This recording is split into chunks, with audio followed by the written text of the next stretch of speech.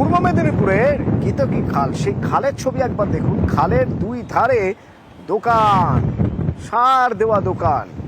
প্রথমত, খাল পাড়ের জমিতে দোকান বসানো যায়? আইন কি বলছে জানবো।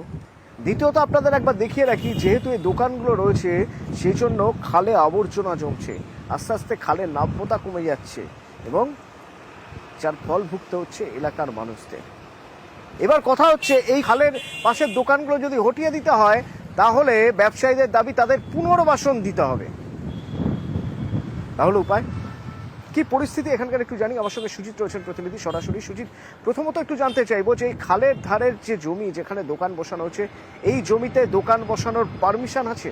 পারমিশন নেই এবং সে কারণেই কিন্তু ইতিমধ্যেই নোটিশ ধরানো হয়েছে। তবে কি কারণে অতনু নোটিশ ধরানো হলো? মুখ্যমন্ত্রী যখনই কিনা এই বিষয় নিয়ে সরব হয়েছেন বা বলা যায় তিনি রীতিমতো ক্ষুব্ধ হয়েছেন এবং তারপর থেকে দেখা যাচ্ছে যেন প্রশাসনের চোখে পড়ছে বিষয়টি।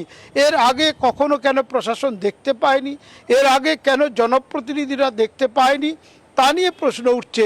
একদা বা বলা যায় বেশ কয়েক বছর আগে পর্যন্ত যে খালে যে খালটার ছবি দেখাচ্ছি, নৌকা চলতো, সেই নৌকা চলা খাল কি এটি?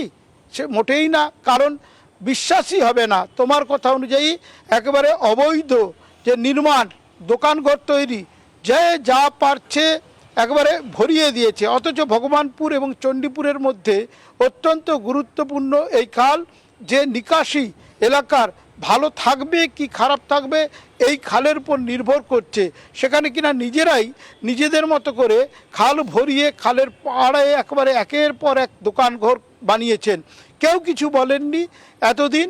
শেষমেশ মুখ্যমন্ত্রীর একবারে হুঁশিয়ারি, তারপরে টনক নড়ল প্রশাসন ইতিমধ্যেই নোটিশ ধরিয়েছে। এবং তুমি ঠিকই বলেছ, দোকানদাররা বলছেন তাদেরকে উচ্ছেদ করা হলে কিন্তু পুনর্বাসন দিতে হবে। এই যে বিষয়, সেটা কিনা দেখা যাচ্ছে কোথায় না, চণ্ডীপুর এবং ভগবানপুরের এই গুরুত্বপূর্ণ খাল পাড়ে, এবং তা নিয়ে রীতিমতো সোচ্চার রয়েছে অবশ্য স্থানীয় বাসিন্দারা। তারা বলছেন এগুলোর একটা বিহিত দরকার, কারণ ভারী বৃষ্টি মানেই এই নিকাশি নালা। রুজি রুটির জন্যই দোকান, এবং যদি দোকান বন্ধ হয়ে যায়, দোকান যদি তুলে দেওয়া হয় তাহলে সত্যি সমস্যায় পড়বে সংসারগুলো। কিন্তু এটাও তো ঘটনা যে জমিটাই বেআইনি, যেখানে দোকানটা করা হচ্ছে সেই জমিতে দোকান করারই আইন নেই, সেই দোকান ভাঙার জন্য পুনর্বাসন দেওয়া যায়? প্রশাসনিক স্তরে যারা রয়েছেন তারা বলতে পারবেন।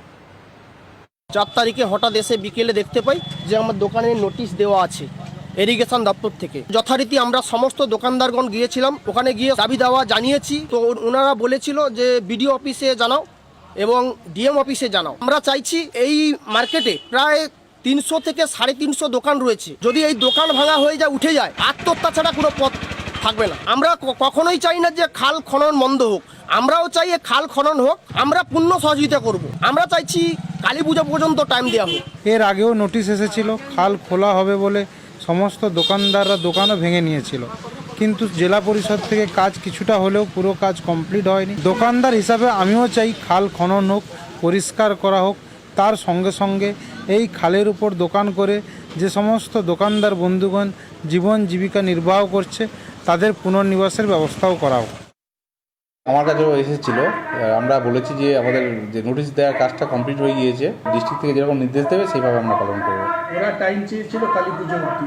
আমাদের উপর যদি নির্দেশ দেয় উপর থেকে যে তার আগে যদি ক্লিয়ার করার কথা, তাহলে সেরকমভাবে আমরা অ্যাকশান নেবো। তো ওদেরকে সময় দেওয়া হবে, ওদেরকে যে সরিয়ে নেওয়ার জন্য যে সময়টুকু সময় কিন্তু দেওয়া হবে ওদেরকে।